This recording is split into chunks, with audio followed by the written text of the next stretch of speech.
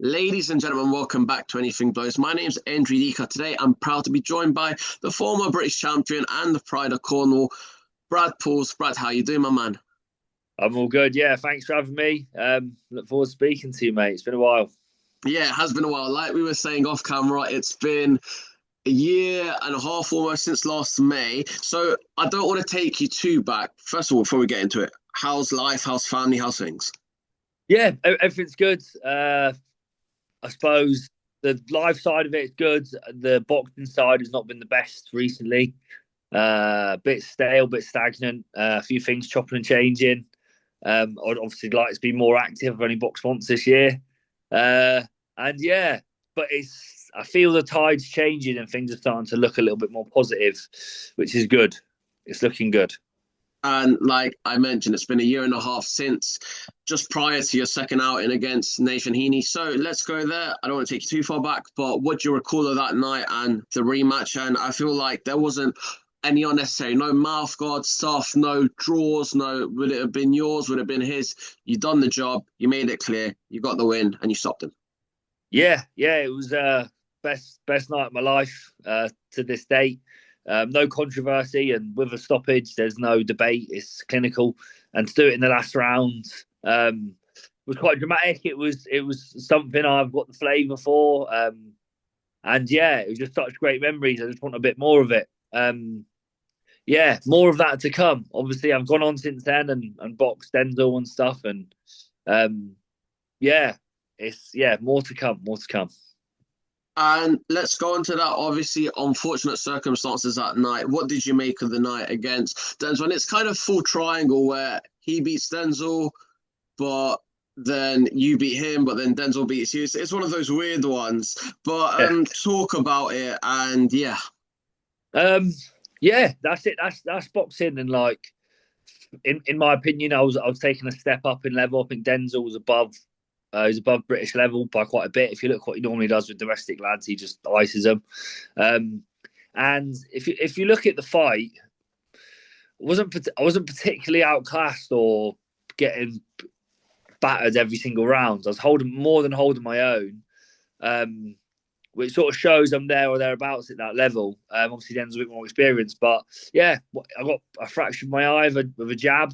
I've been hit with a million jabs, but this one fractured my eye, went blind for the rest of the fight. It was in the 10th round, killed off my normally like a big finish at the end of the fight, 10, 11, 12, and it killed it off for me. I couldn't see, managed to get through, and yeah, and that's boxing, and it's you're one win away from being the absolute man and changing your life, and you're one loss away from being bottom of the pile. Got to work your way back up, and unfortunately, that's how it goes, and that's where I'm at the minute.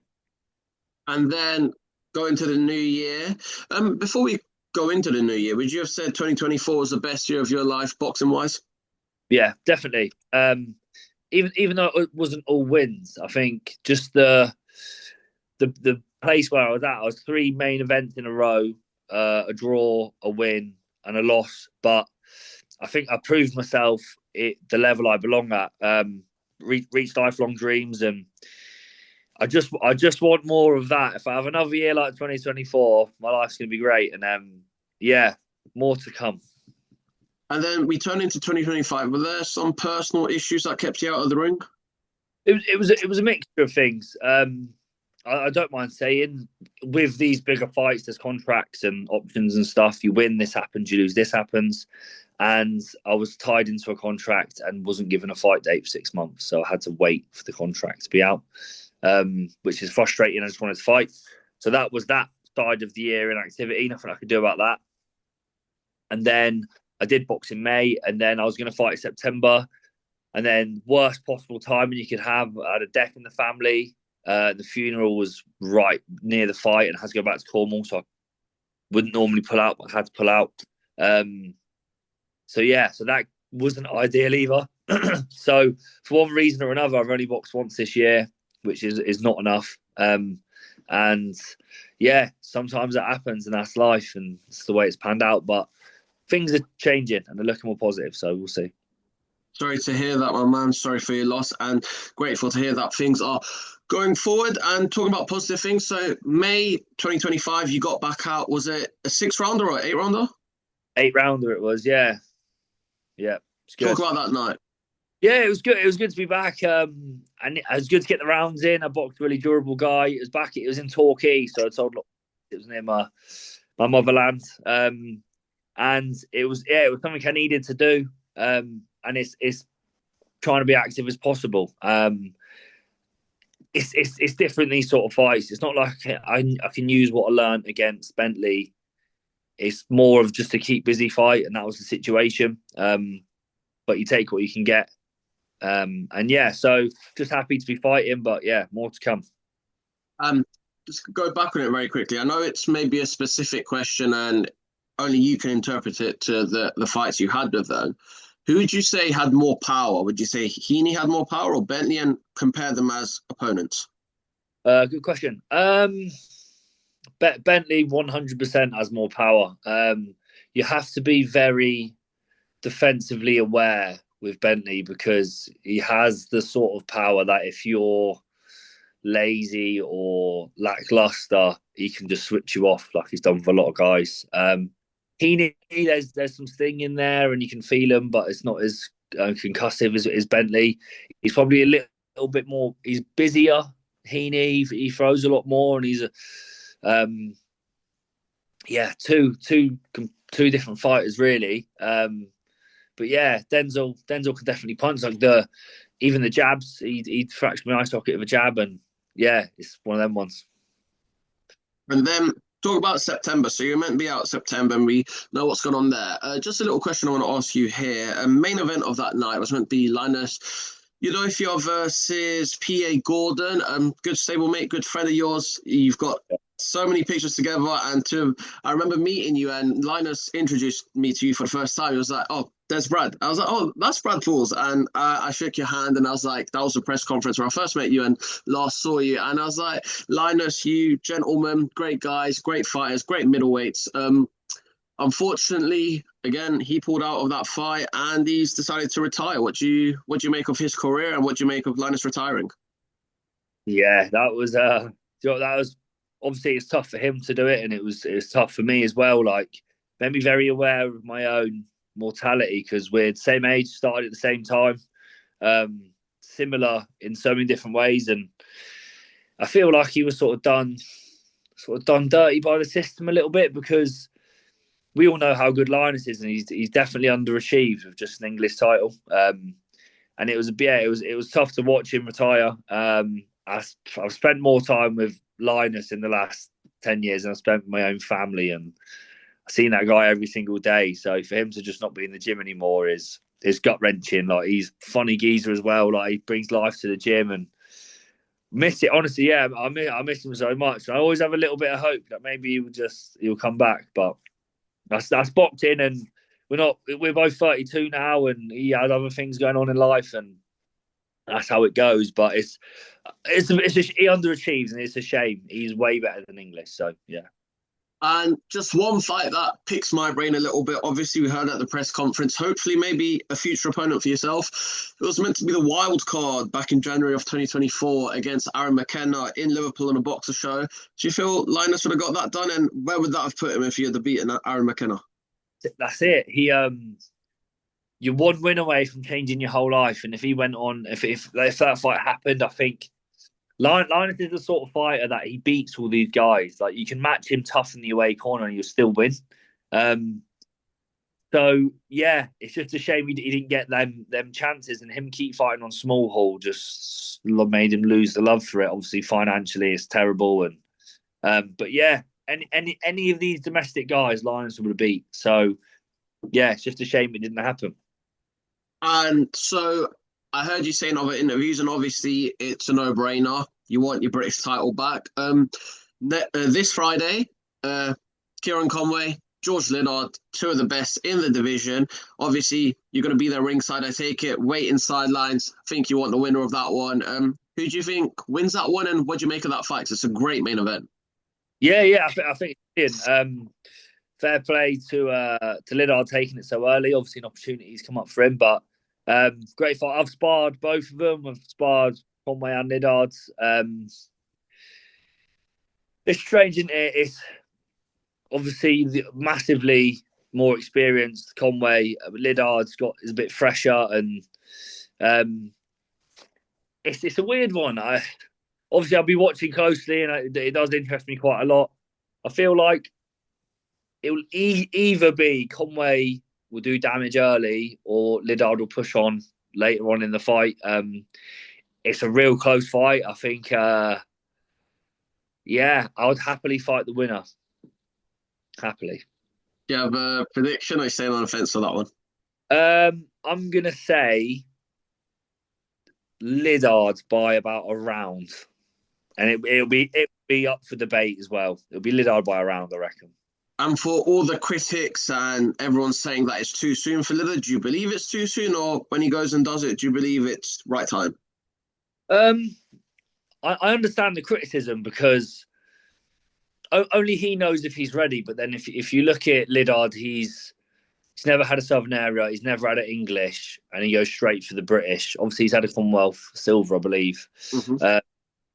So that angle doesn't seem like he would be ready. But then he's got a great trainer, and I suppose they'd only do it if they knew he was ready. So I suppose we're going to see on Friday, aren't we, if it's the right time for him. But it's interesting. And he was meant to be fighting for the Southern area, and then it got taken off away from him. But you talk about that, he's gone 2-3 steps ahead, obviously, the Commonwealth silver. But Jimmy Sains fighting for the English on that night against Coleman. What do you make of Jimmy Sains, and is that a potential opponent for you as well? Yeah, I've also sparred Jimmy. Great fighter, dangerous fighter, hits hard. And fair play to me, the traditional route like I done it. He was Southern area champ, wasn't he? Yeah, Southern, yeah. Yeah, Southern area. He's getting the English on. I believe he'll get the English on Friday, and yeah, I don't think it'll be long till he's up for British, and I suppose that puts him in the realms to fight me. Then I would fight absolutely anyone, and I think busy division the middleweights. There's tough fights everywhere, so pick your poison. I'd fight Liddard. I'd fight Sains. There's all sorts. So yeah, it's interesting.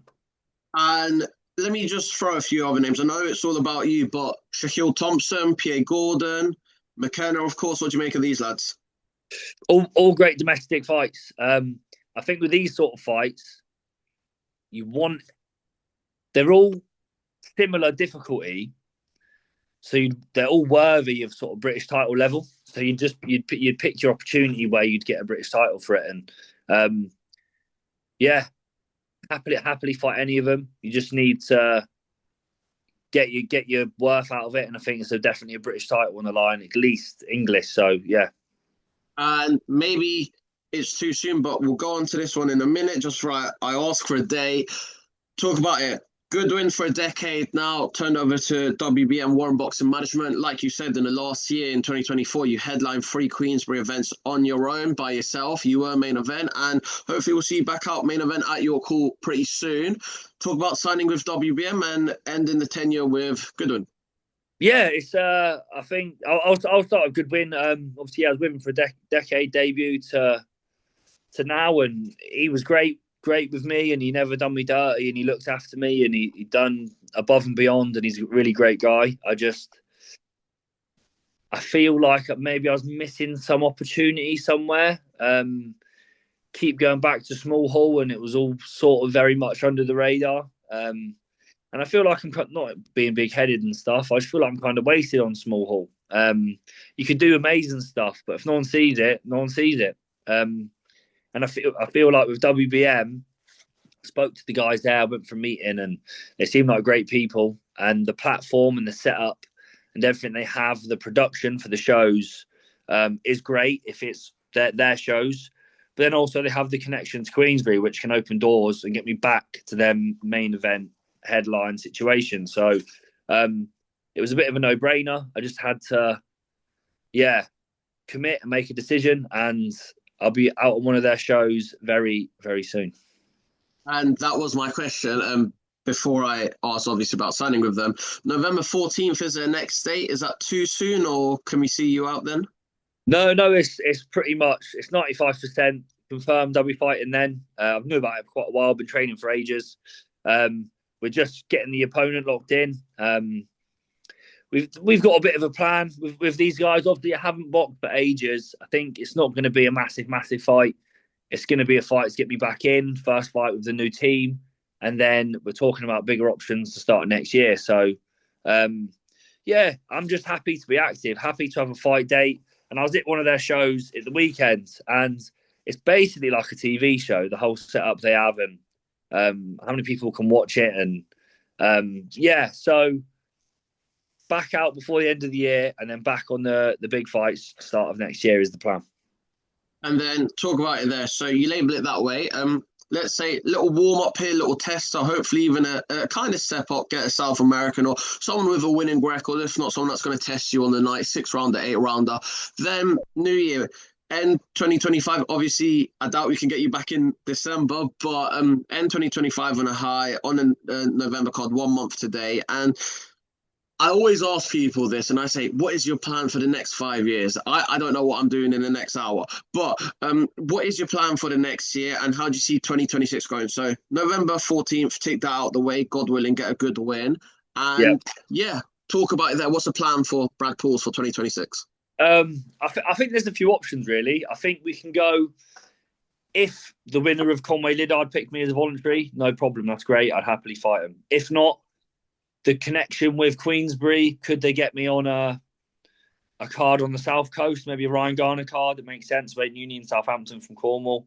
Could they put me in an eliminator? I feel like there's more options with WBM. So yeah, I think one of those sort of options. But I'll be active, and I won't be sitting at the sideline for much longer. So whatever sort of navigates me back to the British title is the plan.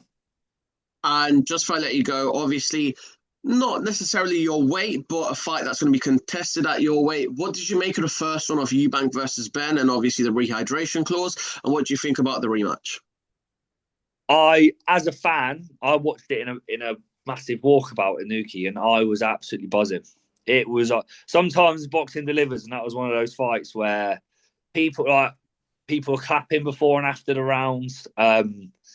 A proper old school like tear up, and I absolutely love that fight.